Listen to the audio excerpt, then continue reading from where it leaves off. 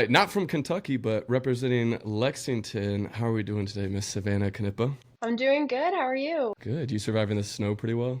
Yeah, I this weather hit me like a truck, so I've got all of this like sinus issues right now. So hopefully I don't sound too much like a zombie. We're hanging in there. You sound great right now, so we're doing good. Did y'all get a Great. lot of snow, or is it turning to ice already? So we've pretty much just had rain. I'm like an hour east of Austin, so no snow, just really, really cold rain. I don't even think we've had sleet yet. It's just been kind of gross. Mm. And so Yeah. are you still in Lexington? I actually live in Smithville now, Okay. which is like 30 minutes away, not too far. And then I kind of just stayed in the same area my whole life and went off to college and then came back. So, Maintain that triangle. For anyone oh not yeah, in Texas or like knows Texas geography, there's the triangle of DFW, Houston, and Austin. She's right in the middle, which is honestly a great place to be for what you do. yeah, You exactly. said you went off to A&M to get Hmm. that telecommunications degree, and now you're running what you started as the local concert buddy. But Hmm. then you found your love for the local, or is it country concert buddy? Country concert buddy. Country, because you're not local with country. You're everywhere. You're Everywhere. all over. Yeah. So yeah, I started local concert buddy in October of 22. I've been doing Hmm. photography professionally since like 2017. um, and used to shoot football for my high school. I shoot rodeo, I shoot events, I shoot everything. But I've always loved concerts. And so when I was in college, one of my favorite bands was playing in Austin at a free show, and no ticket required. You just kind of walk up, and I was like, hey, I'm just going to bring my camera. And the pictures turned out a lot better than I thought they would. And so then I started kind of deep diving and was like, okay, how can I do concert photography? This would be really cool.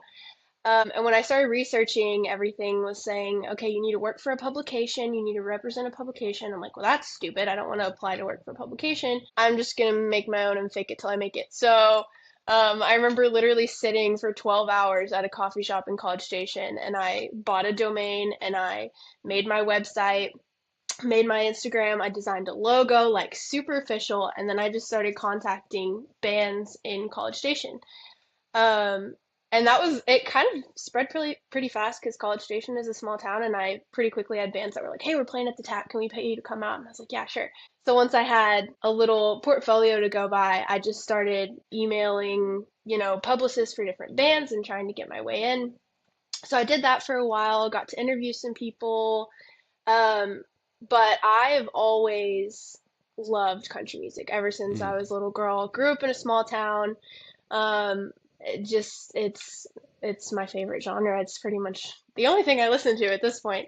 Um, and I wanted my publication to be informative, and I think with it's also my baby, so it's just me. And I was like, okay, I can't encapsulate every single genre and give people good content, but I'm feel pretty knowledgeable about country music. It's my passion, it's what I love.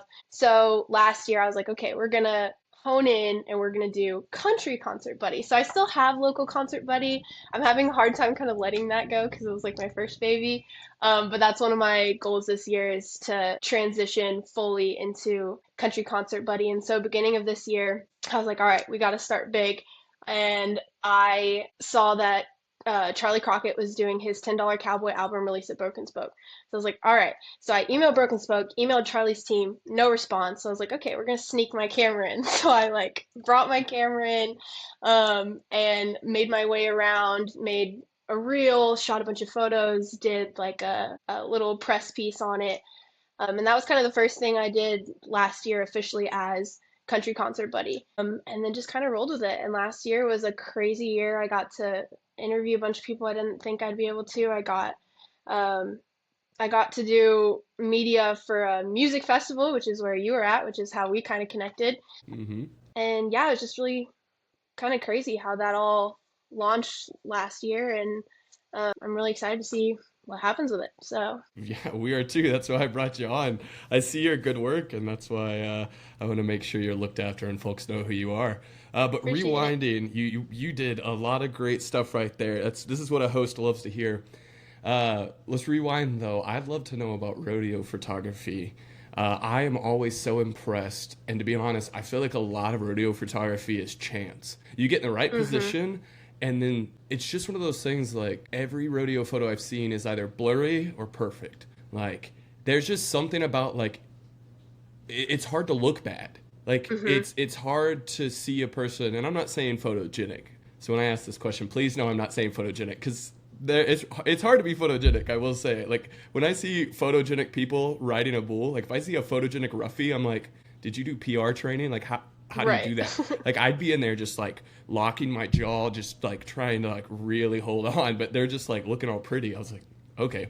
But for you, what was your favorite to get media for? Like, what do you feel was the hardest, and what do you feel was like every time you knew this event was coming up, you're like, I'm there. Like, I can't beat it. So, what kind of I feel like what sparks me into wanting to do a lot of these things, rodeo photography, concert photography, is just me being passionate about something and wanting to get closer, essentially. Hmm. And so, how I shot my first rodeo in Giddings, Texas. They have a big rodeo they do every year, and I also kind of call Giddings my hometown because it's just like this little cluster of small towns, and I've lived there my whole life. My dad grew up in Giddings, and so it was one of those things where I know the person that runs the rodeo, and I called him up and I was like, "Do you have a photographer?" And he's like, "Yeah," or "No, I don't. Like, you can come."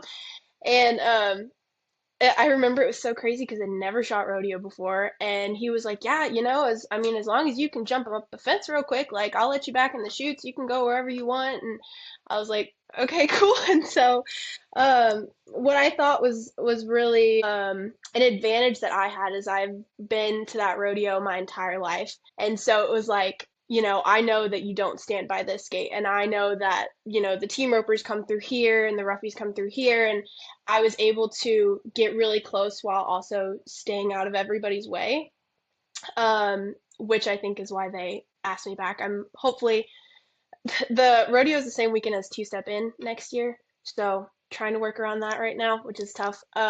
But yeah, it's super fun to shoot, but it's also a sport that you got to stay out of their way. And like one of my favorite photos that I took, one of the bulls jumped up out of the chute, and I'm literally like right there, and the bull is out of the chute, and you can see people like waving their hands and hats trying to get him down. And it's like I was like back there, got the perfect shot, and then got the hell out of their way because I did not want to be there.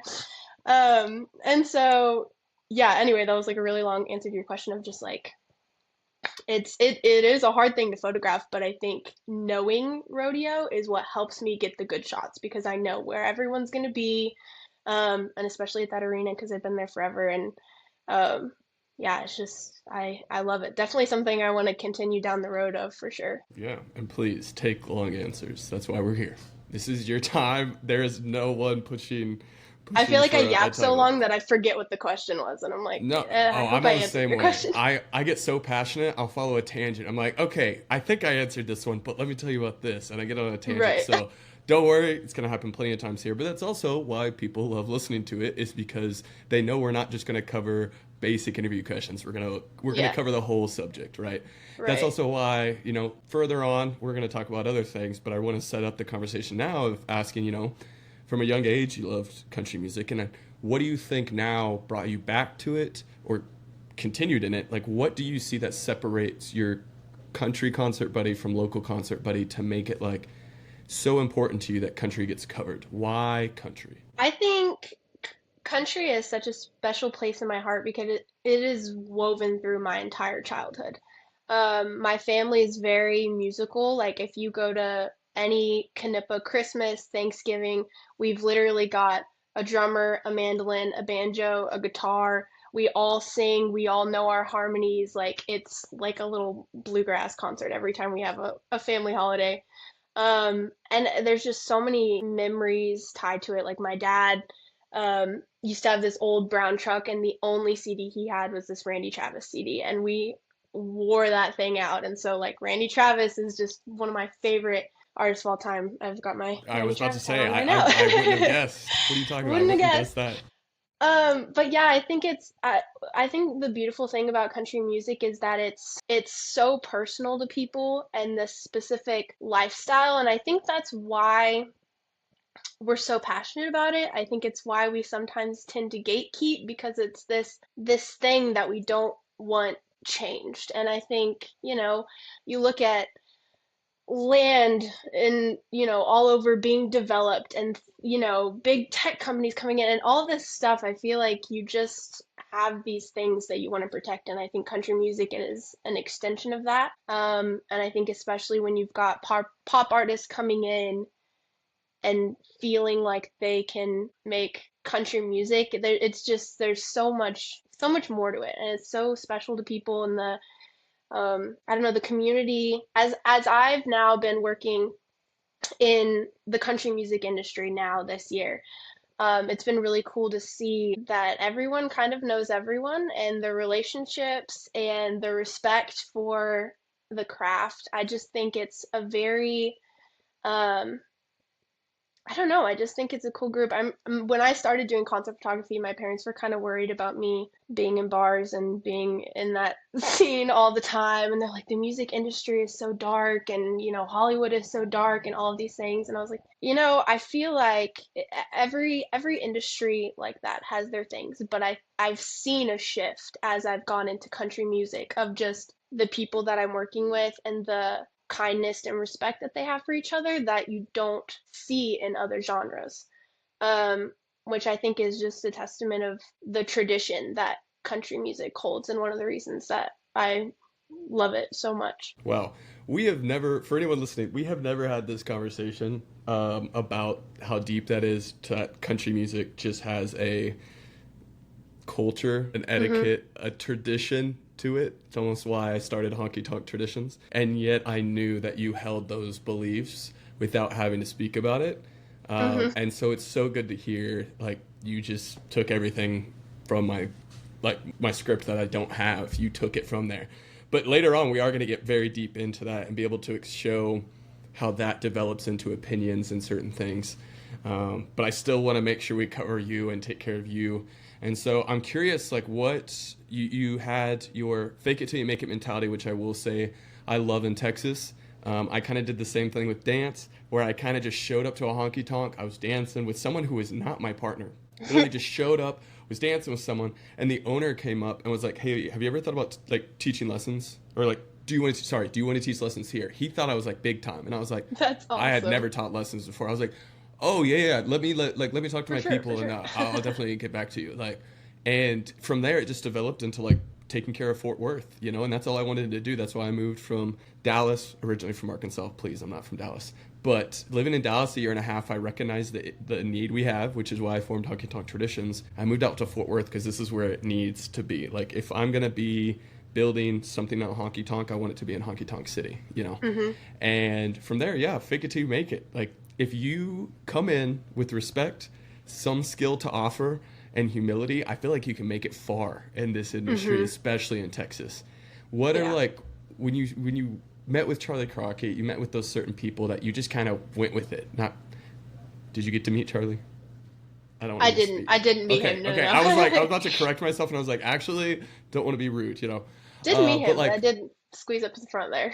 yeah, like getting to work with him in a sense, his group, because they in the end, I think they appreciated what you did, and so. Hmm. Um, Groups like that, who have you seen though that you would work for them for free pretty much? Like, forget faking it till you make it. Let's say you make it, you're like, you know what, I would be willing to continue doing random events with this individual or this group or maybe this producer or whatever it is, or a honky tonk. Like, who would you love to just continue to work for even after you make it? Um, so I have a perfect answer for that. In August, I interviewed Hudson Westbrook at the Tap. And I had DM'd him that summer when he announced his tour dates, and I was like, "Hey, I want to kind of Settle steal or down, stake a settle claim." down. I was like, "I want to stake a claim on an interview with you in August," and he was like, "Okay, cool." And so went to the Tap, which obviously I went to College Station, so I've been to the Tap a jillion times because I went to school at A&M. Um, and had a really awesome interview with him, and then I was literally like in the, I guess, backstage. It's a back porch on at the tap, but we were Hmm. like on the back porch. And I got to meet all of his guys and was just talking to all of them for like 2 hours. And now I've become friends with all of them, and I went and saw them at Harry's. They got me a pass at the station festival, and I hung out with them there. And they're just a really, really good group of guys. Like Hudson is a really good, genuine guy, and all the guys that he has with him are also genuine guys. And it was really cool because whenever he blew up online, and then of course you've got all the business side coming in, and now they're styling him and they're sending him to Nashville for collaborations and things like that. And one of his guys said that they had offered to give him a new band, and they're like, we'll bring some guys in from Nashville and like fill up your band. And he said no, and these are his college buddies. He's like, absolutely not, like we were playing in a garage, I'm keeping these guys with me. And I just have a lot of respect for that, and I have a lot of respect for him and all of them, and try to go see them whenever I can. So that would definitely be a group of people that I would like to continue that relationship with. And it's crazy, even like at the tap, he was like, so excited to be playing the tap, and he's like, we played the Jolly Fox in Huntsville last night, and it was so good. And now, he's playing Red Rocks with Parker, and he's been touring with Midland, and he's booked Two Step In, and I just love seeing that success with him. It's pretty cool. So Yeah, I'm coming from Arkansas. We have a bit of a scene, but it's like it's nothing compared to the amount of like pool y'all have in Texas of guys starting out when they're like 12 with the same it's guys. crazy. And it's like the same Yeah. time I was blown away when I learned that football they pair like triplets, and they'll just put three people together from like third grade up until they graduate. I'm like, dang, y'all did the same thing Yep. with music too. So I'm like, that's maybe we need to start doing that all over the nation. It's just pairing people up at a young age and just stay Mhm. where you're at. But that's what I do love is how much opportunity there is here, but that opportunity doesn't lose its character. Most other places you would go, when there's opportunity, it's in a big city, and it's like, then you have, like you're saying, a business execs come in and they get to put their hands on it, and they're like, we're here about numbers. But it seems there's a lot of like really good spots in Texas that protect the authenticity of these artists and Mhm. protect the authenticity of themselves. And we hate to see certain places get bought out for, parking lots and parking garages. Rest in Rip in peace, Hurricane peace. Harry's. But we do have other places that still strive and do well in that. And for those who have never been to College Station, the Tap is a great songwriting spot. A lot of people give credit to the Tap for their start. A lot of the people I interview, they are around the area, and if not, they Mhm. still play at the Tap and they love it. And I also think it's because of the people. I think people like you, everyone who goes there to enjoy music, they're respectful of these artists. There's always going to be the group that wants to take advantage and like get in with Hudson before he's big, and like they think he's cute, and so they want to flirt with him. Obviously, like that comes with the territory, right? But they also have fantastic people like you that are wanting to not only the best for them but the best for country music, and I think that's so vital. I'd also like Mhm. to plug that if Hudson is listening to this, I know my awards don't mean anything because who am I? But I did not put people like Hudson, people like Ty Myers. I didn't put Mhm. people like Maggie Antone in our 25 names to know for 2025. That was like my sleeper playlist, I called it, of like, if you're wanting to get on a train before it takes off, these are the people. And some of them have been going for almost a decade. But Yeah. one of my things was, if someone has a really good social media following and they haven't done much, respectfully, then I'm not going to put them on the list because I feel like their following matches Mhm. their current state. Now in a year, 2 years, who knows? They might be slept on, but right now, I would say Hudson's doing pretty good. So I didn't put I him on would my say list. so too. So many people message me and they're like, "Where's Hudson? Where's Ty Myers? Where's Maggie? And where are all these people?" And I'm like, guys, settle down, settle down. I love Hudson. I love Ty. I love these guys from South Texas, but let's relax a little bit. Yeah, Just they're getting their relax. credit. Yeah. They're doing all right. Everyone's good, and we don't want to give too much credit too soon because then he's not going to be able to play like small shows. And to me, that's what I also think is great about Texas is the way you cut your teeth here is so good because you can start out when you're bad, and everyone starts out bad, and not like I'm not saying unskilled. It's like you're unexperienced. So you can start out in local venues, small venues, but then you also have local venues that are medium. Then you have big venues that are still close to your hometown. Then you can move into, like you said, Red Rocks and other places. But I think Texas is a great place to play country music. Clearly, why absolutely. It's earned its title and it's earned its respect. I could talk all day though about Texas nationalism and yeah. The first time I moved across state lines, I got an Arkansas tattoo just because of it. I literally have a hat that I was gonna wear. I was like going through my hats, so I was like, I'm gonna wear my Randy Travis hat. But I have a hat that is like looks like a MAGA hat, but it says "Make Texas a Country Again." And I was like, should I wear that? I like this one though. Is that a corduroy? No, it's I got it at a little vintage store at the Two Step Inn festival last year, actually. It was like in a little booth. It's not corduroy, it's just like a normal hat. Oh, it's but just, okay, gotcha. yeah, A I 5-panel? love it. It's Okay. like my favorite hat ever. Go off. I love that. I love that. Yeah, no, it's a good look. I wish simple merch would come back. Everyone wants to do their own like quirky little thing, and I'm like, dude, it doesn't look good. Because also, I'm not gonna be able to wear this in like 2 years. I don't want to wear that, you know? And if you're just going to put your face or something on it, like at least make it look old so that like, again, in 20 years, I can wear it and still like feel cool. I normally hate when merch has people's face on it. I will not buy it, but I will say Zach Top's shirts with his face on it, it looks so 90s that I'm like, okay, like I like that Exactly. one. I'm He like, does well. I'd wear that. Yeah, he does really well. My buddy, John David Clayton, JD Clayton, he has one that's funny. He has a yellow shirt that's like just his face laughing. He doesn't even have his eyes open. It just says JD Clayton. And I wear it all the time just because it's I funny. love that. Like he's so good at what he does. I absolutely love when they do that. But what are you looking though, like this year? It's January. We can talk about this year. What do you have Two Step In?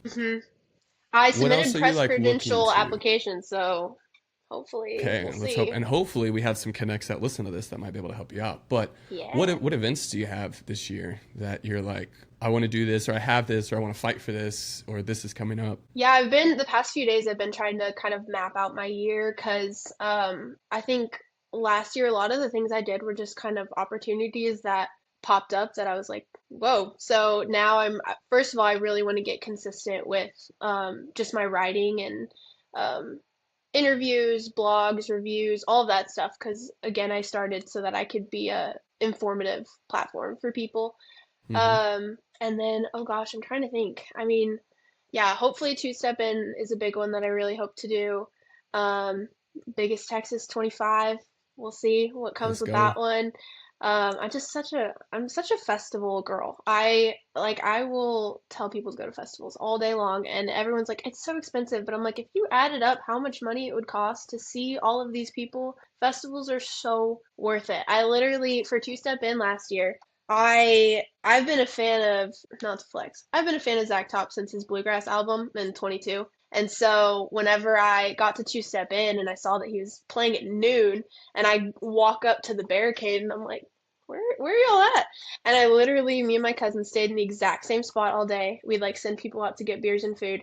And I sat in one place and I watched Zach Top, Drake Milligan, Leanne Womack, Coulter Wall, and Cody Johnson in one day. I'm like, you can't tell me that festivals are not worth it. Like, so hopefully 2025 is filled with lots of festivals, um, more interviews. I did my first video interview with Cheyenne Dalton, who is the guitar, fiddle, That's my backup vocals girl. Come for on. Zach Top. I love her. She is so sweet, so genuine.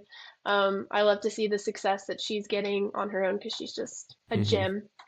But yeah, she agreed to do an interview with me last year, and so we did a fun video interview. And so I want to look into doing more videos and kind of leaning into YouTube and seeing what happens with that. So it's a very, I don't know, it's an experimental year. We're just kind of seeing where this momentum takes me. So Yeah. Yeah, and so you're developing to your website, writing videos now. You're doing photography, pretty much all hmm media. yes. Have you ever thought about an app? Like I think like Country Concert Buddy is an app. Like that's already set up to where, I haven't if thought you get about to that, but I work like with it. if you get to work with like venues, so one, it's automatically going to be like news, Hmm Shoot, we shouldn't have talked about this on here. No one's going to listen, right? Like, no one's going to take our idea. Because I'm saying this because I want to jump in on it because I'm seeing now that, like, if you have obviously, like, rolling news, right? But then you also have, let's say, who's playing in your area, maybe. And it sets up to the cookies will allow anyone who enters that pick up their location, and it'll say almost like Axis and Ticketmaster and everyone else does, just like rolling people of who we suggest. And you can make a list of priority already. So it's just an algorithm of who's playing in your area. Then you can go into those areas and maybe, because I'm wanting to do a honky tonk review where I just go like from honky tonk to honky tonk and kind of tell you like, this is what I would rate it. This is what's good here. This is what's not. I would suggest this, this, and this. Locals tell me this, you know? So it might be also you hit that venue and it's saying like, don't park in this area. Make sure you come through this gate. La da da da da da da. And then you're giving people an insight that like they couldn't get from anywhere else. And that's why I call it like a country concert buddy as an app, because to me it sounds like, I feel like there used to be something that it would always give you like little tips, like local tips. I feel like back in like 2010 there was something, maybe it was college for college. Dang, I can't remember. But I think that'd be a great idea. And like if we could collaborate on that to also bring in like entertainment after, that's another thing too. You're connecting bars, you're connecting hotels, you're like dance halls. You could get I'm just saying, something's there. I mean, it goes hand in hand with the reason I started this, and the reason I chose originally the name Local Concert Buddy is because I was wanting it to be like teaching people about concerts and concert culture. And I've always been the person that like my friend's favorite band, I see they're going on tour and I send them, you know, the tour dates, or like I'm always kind of trying to keep everyone informed, and that's what sparked me to start this, is just being your local concert buddy or your country concert buddy.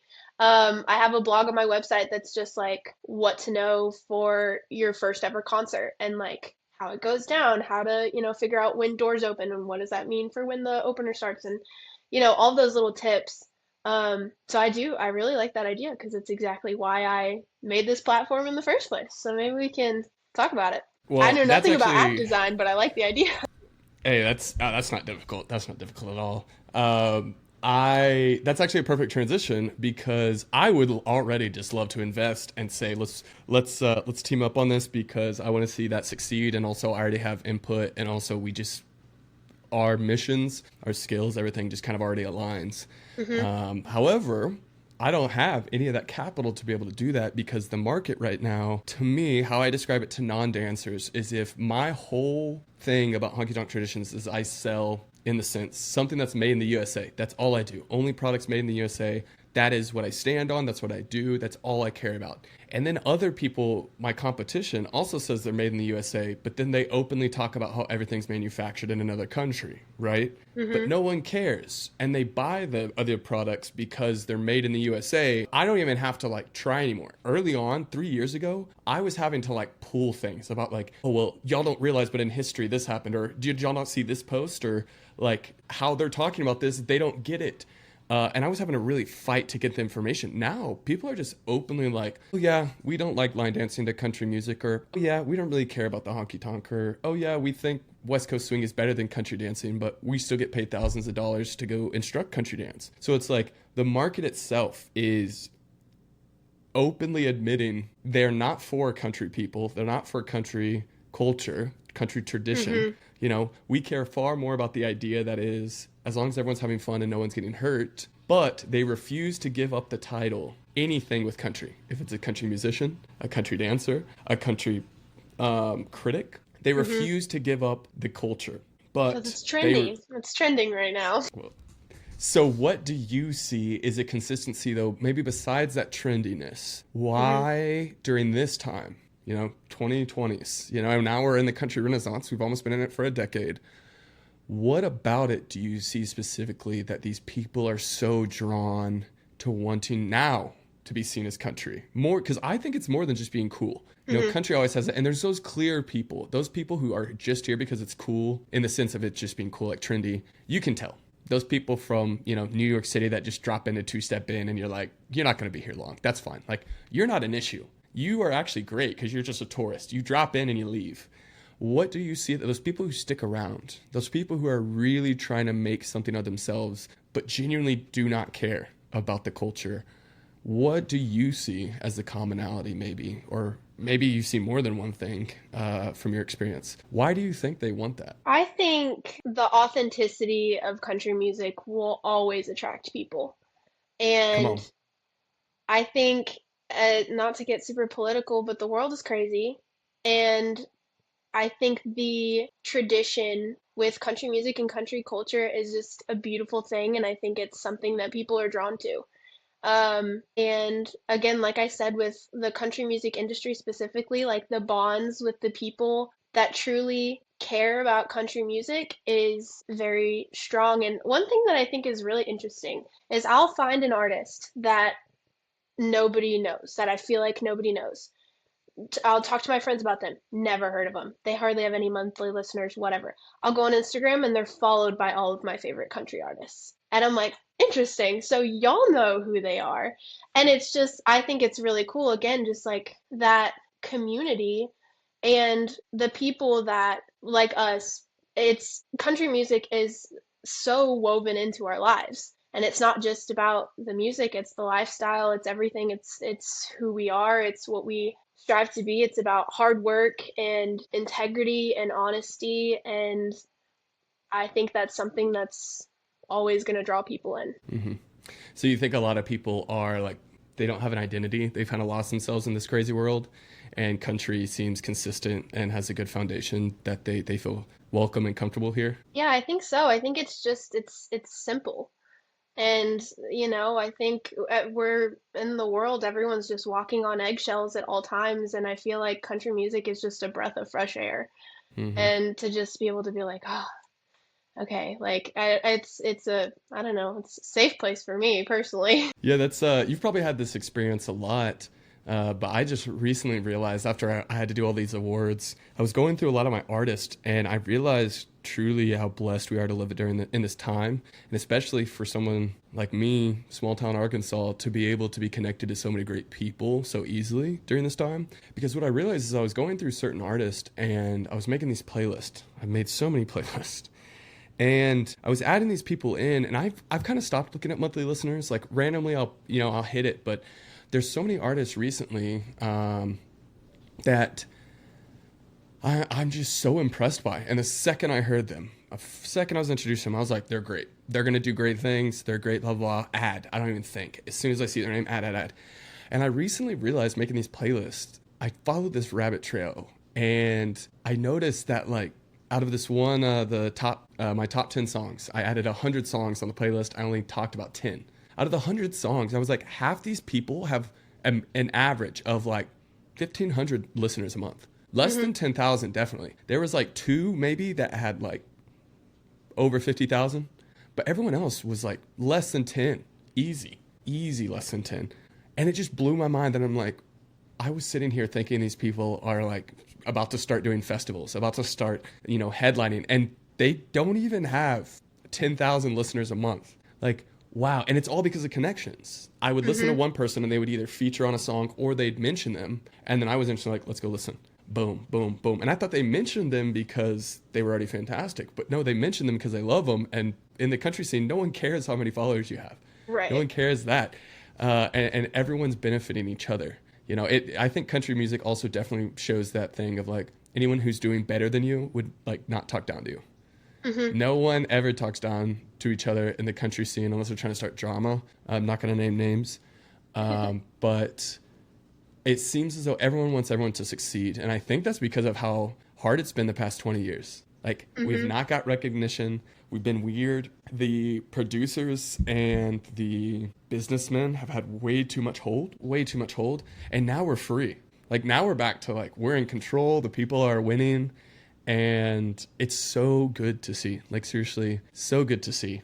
Um, have you recognized that in you of like just randomly seeing you're like, oh, I didn't even look at their monthly art listeners, but wow, now they have like no one's listening to them. Yeah. No, absolutely. And I think, yeah, I agree. I think we're in a really good place right now where we're kind of in control of that and able to find artists like that. Because, I mean, you think about back in the day, you didn't have streaming. Like if you didn't see someone on tour, and they didn't sell a ton of records, you're not going to ever hear about them. And I think it's cool that we can go down those rabbit holes and find those people and bring recognition to them.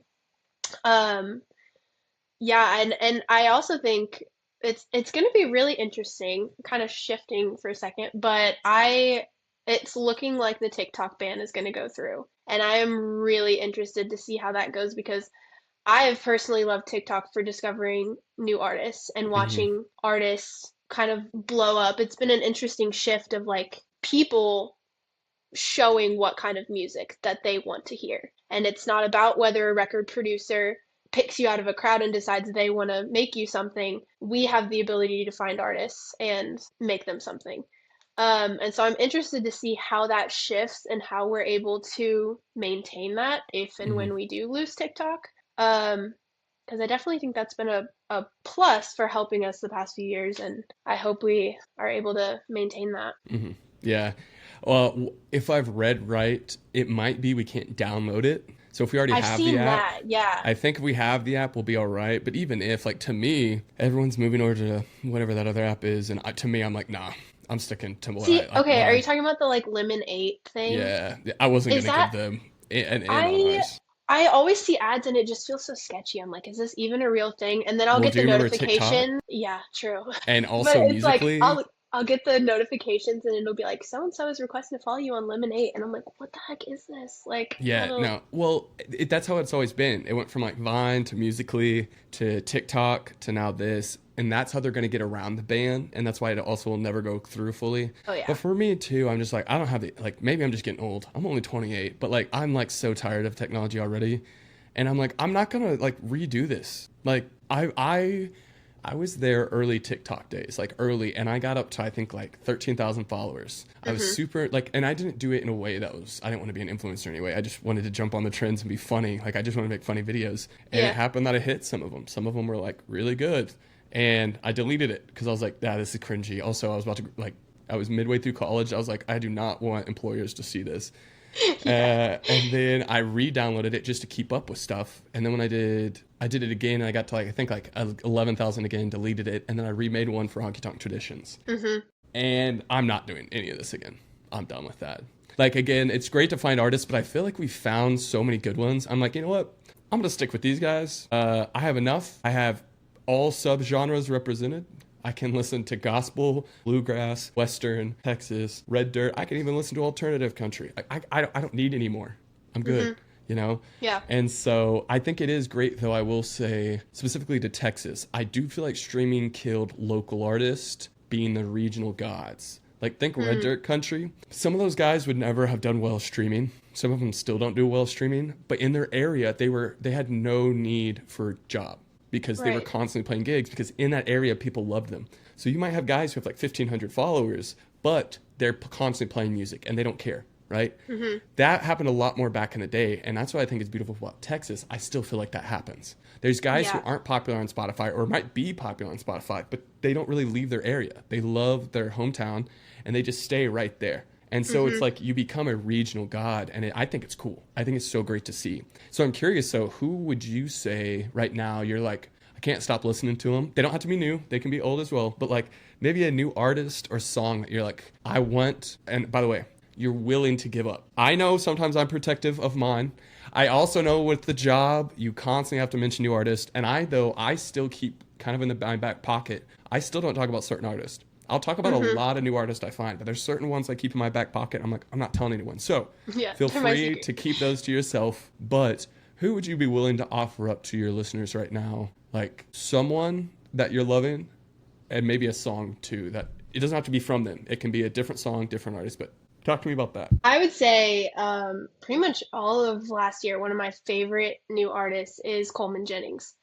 And I know you know who that is. Oh Heck my yeah. word. I discovered him last summer.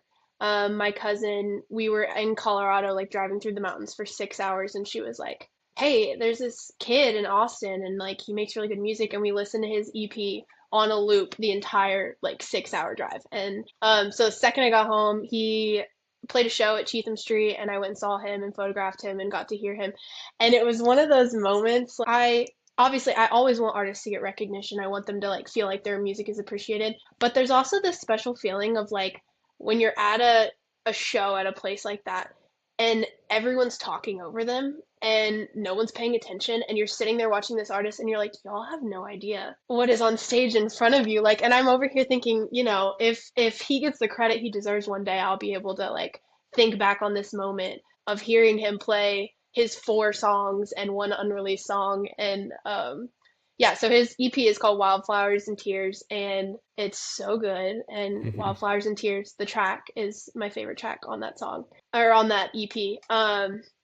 But yeah, I just think he's insanely talented, and I hope he gets credit where he deserves. And like you said with the regional thing, I feel like a lot of people around here know who he is. Hmm.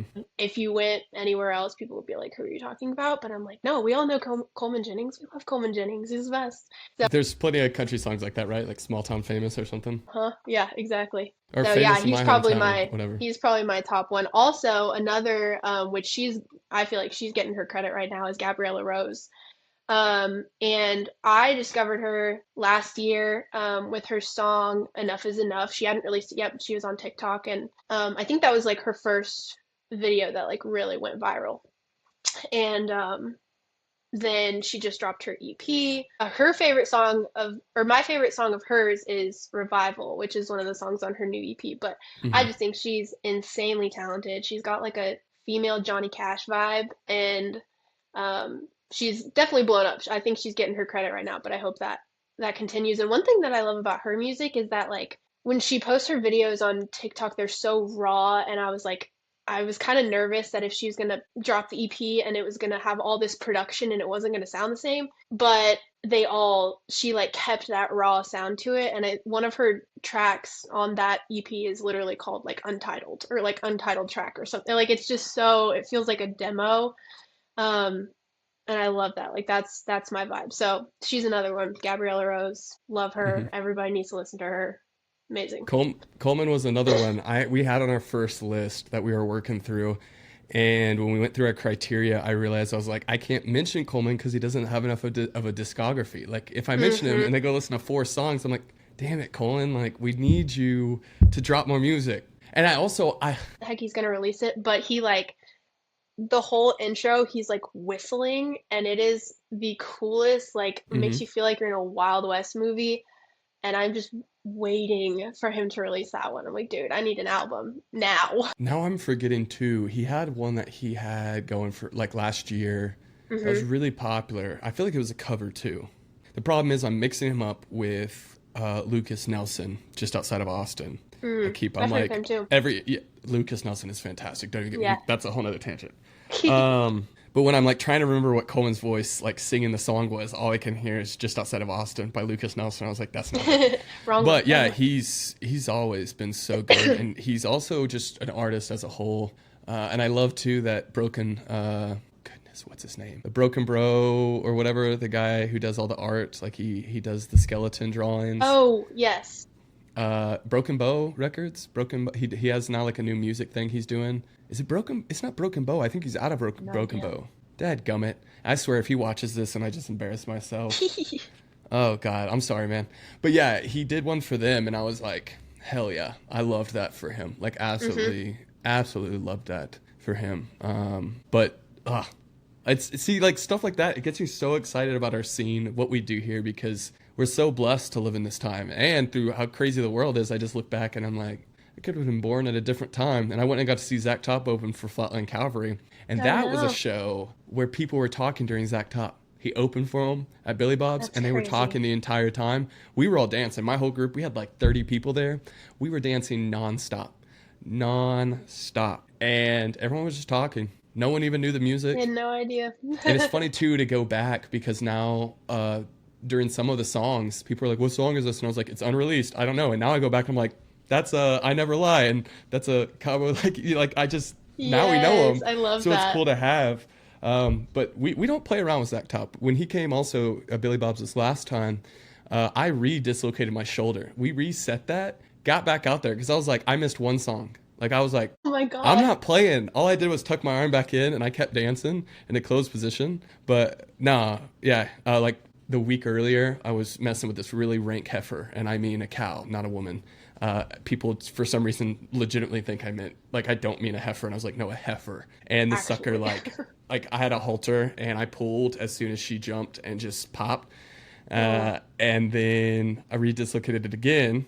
But I learned to reset it myself every single time, so we're good. And that's what there you happened is go. I was dancing, spun a girl out, and she kind of pushed past my shoulder, and it just slipped. So I walked her off the Ah, floor, went up to the DJ booth, and set my shoulder up. And then my buddy, who's a Marine, came by, and he's like, "All right, let me get you." And we just boom hit it, and I was like, "Okay." And we both went oh my back out there. God. Yeah, There you go. yeah. That is dedication right there. Hey, we don't play around when Zach's playing. We do He not. deserves dancers, and we get out there and do it. Yeah. All of this, though, to talk, though, I would love to really hear, calling back to what you said about we don't like things to change, which I want to give you another like opportunity though to talk more about that because I cut you off back then to focus more on your work. But I think you're good with change. Like that's why we're naming artists that are brand new. Like we're okay with change, and people would take what we said 30 minutes ago and say, oh, they're gatekeeping. But where do you think gatekeeping plays into this staying the same? And where do you think also like the balance is between, protecting what our parents gave us, protecting that nostalgia, that etiquette, that truth, and then also, giving space for people to grow, giving that opportunity for things to actually evolve so that when this renaissance ends and everything goes back to being uncool, we're still healthy, we're still developing. And so hopefully if we do get another renaissance, which I'm nervous with the way farming and ranching is right now and how much land we're losing, how many family-owned farms we're losing, how many men in agriculture we're losing a day, Hmm. I'm nervous because I don't know if we can last 20 more years. But that's been said before. What do you think, though? Where do you think the balance is? What have you seen that you would really love for people to continue doing or maybe not continue doing? I just want to hear your thoughts on the scene when it comes to maintaining that culture. I just feel like it's about respect. I just feel like that's the biggest thing is like we want people to respect the history and respect the culture. And of course, we're open to growth and new ideas. I mean, you look back through the years and every artist was like revolutionary for their time. I mean, Johnny Cash was over there really shaking things up. That man was so controversial and we love him. And that goes for a lot of artists. And so we're open to change, but I think again, it's just respecting each other and knowing that no one is better than anybody else.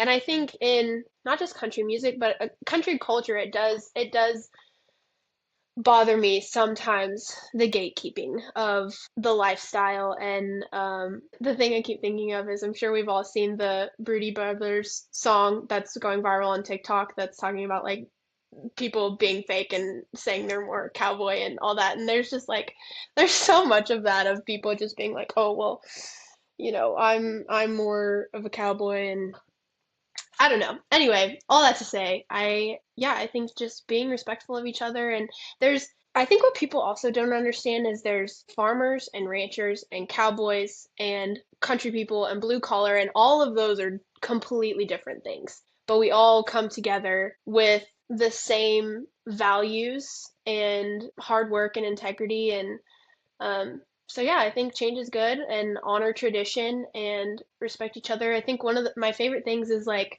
how it unites people of all ages. And I think that's one thing that I love about keeping tradition alive is that, I like having things to connect with the 70 and 80-year olds and, and hearing their stories. We collabed on a reel about it. I went to a Hank Williams tribute and I was the youngest person there by about 30 years. My dad was like young in the room and he's in his 50s. And it was one of my favorite nights of last year. It was so fun and it was so cute because the singer, his name's Wyatt, he would start a song and the people would start clapping, the little old people would start clapping at the beginning of the song because they recognized it. And it wasn't like clapping at the end of the song. He'd start playing and they go, and they'd all start clapping because they remembered that song from when they were younger. And then you'd see all the little old men grabbing their wives and taking dancing. And I just think it's beautiful moments like that of how it just bonds people through all generations and all walks of life.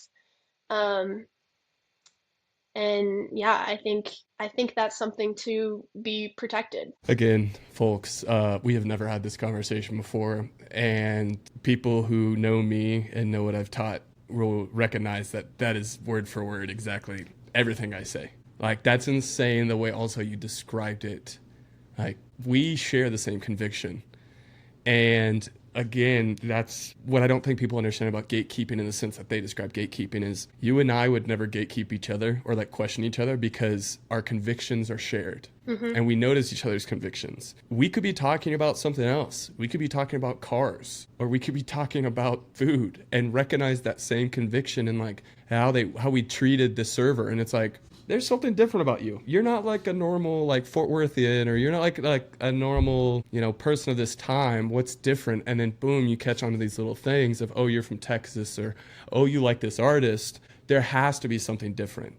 And then through that, with mutual respect of one another and also the connection of our like experience and our past, it creates a unity that is so hard to be broken. And that's what I'm so confused why people, like we said, who are seeking community so hard don't see that we're trying to protect, not keep you out. We're trying to protect. And they don't realize it's like, you track dirt into my house. Like, I'll say it. The reason the honky tonk is so popular right now is it's hospitality.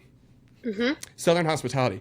But when hospitality is taken advantage of, that's not only disrespectful. Yeah, like, and that's the funny thing too, is then you try to play victim. And the hardest part for me too is when, again, the honky tonks don't back me up. Because then I just seem like the sole guy who's like kind of the asshole that's like, oh, he's just, bitching and moaning over here. Look at him. He just can't, like, he's gatekeeping and also he's just whining. And it's like, why am I the only person talking?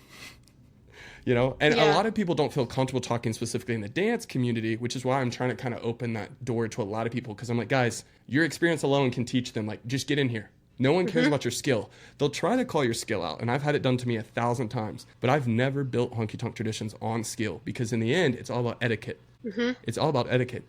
And what's funny is I actually started this with the idea in mind that the second the floor at Cowboys Red River becomes safe, when everyone starts dancing well, we all understand, and at least the dance community understands, they don't have to follow it. We're not policing. Like you said it really well. You said you can dance however you want to any style of music. We just want it this way when you're here. I'm the same way. So I thought in my head, when it becomes mainstream, I'm going to leave. Honky tonk traditions is going to cease to exist.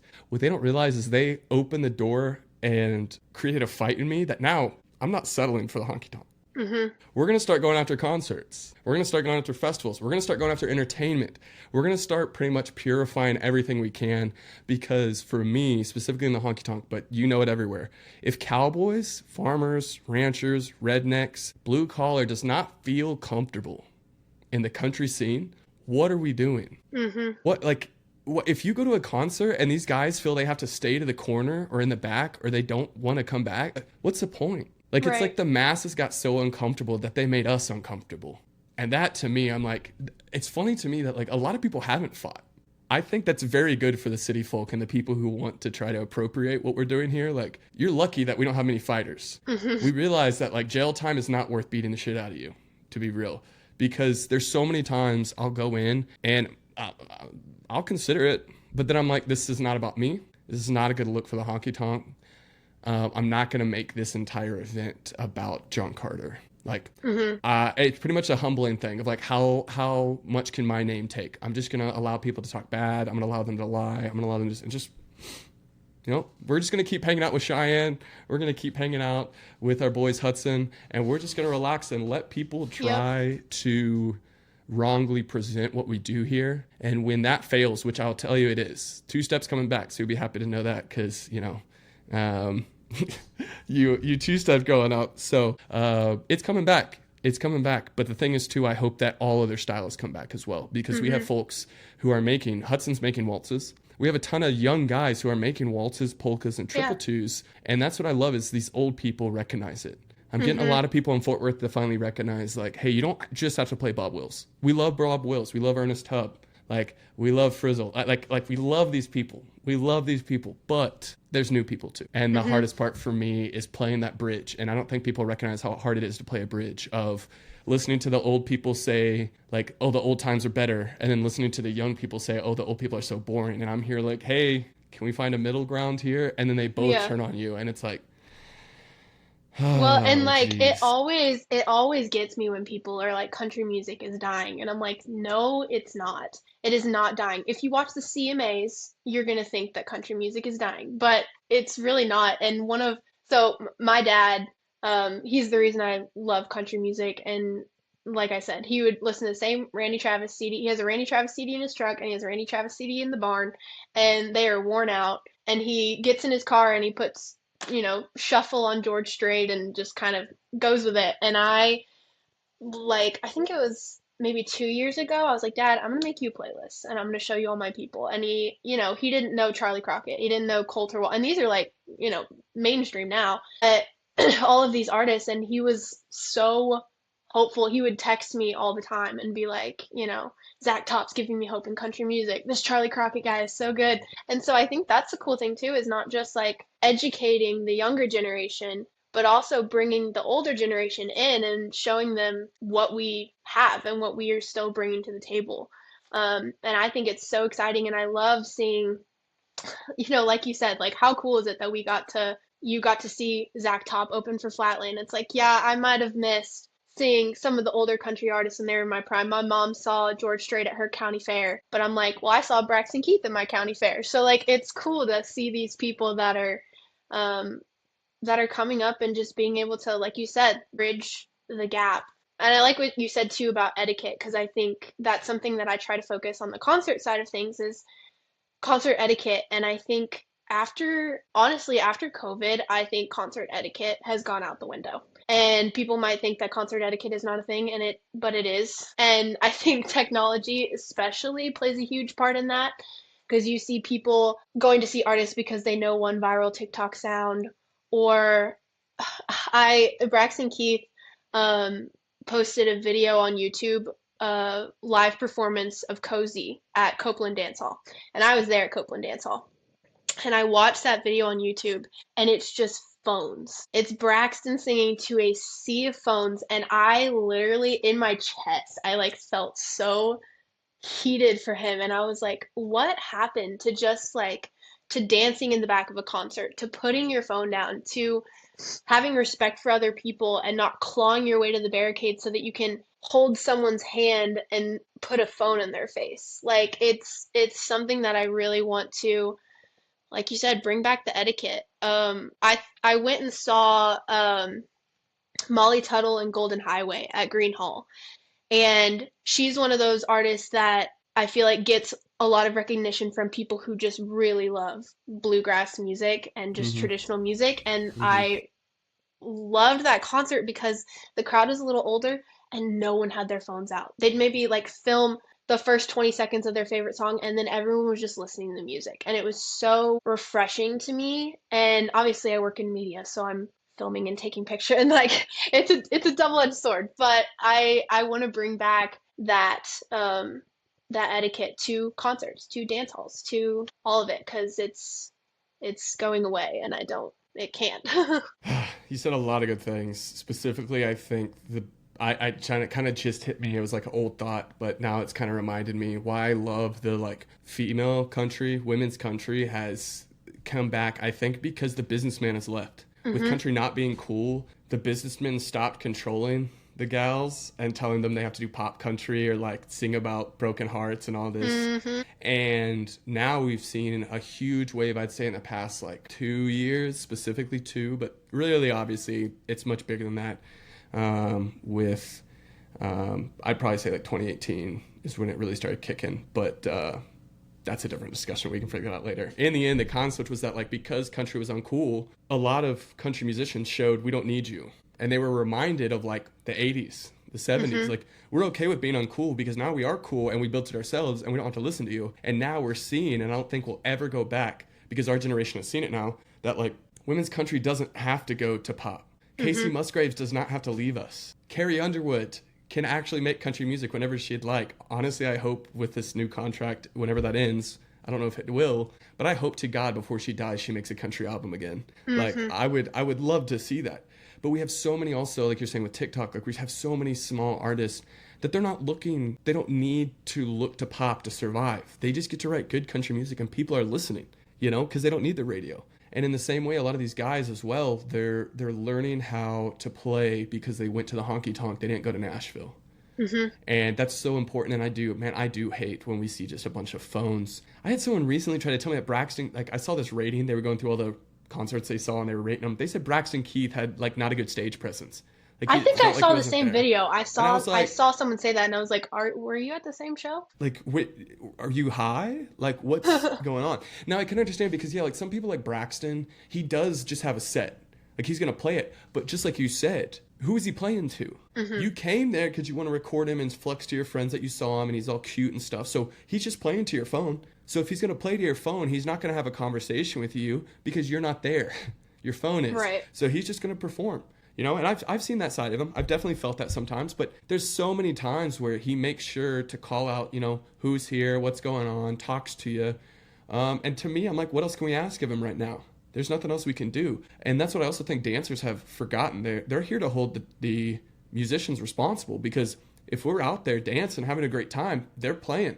And that was the fun part is sometimes the bass, he'd start kicking up and he'd go faster. And then the drums would start building. And like the artist would play jokes on the dancers to see like who can maintain it. Like we're going to do a polka and we're going to see how fast y'all can go. And they just play. And then it's that way of like, let's say we have a group like in Fort Worth.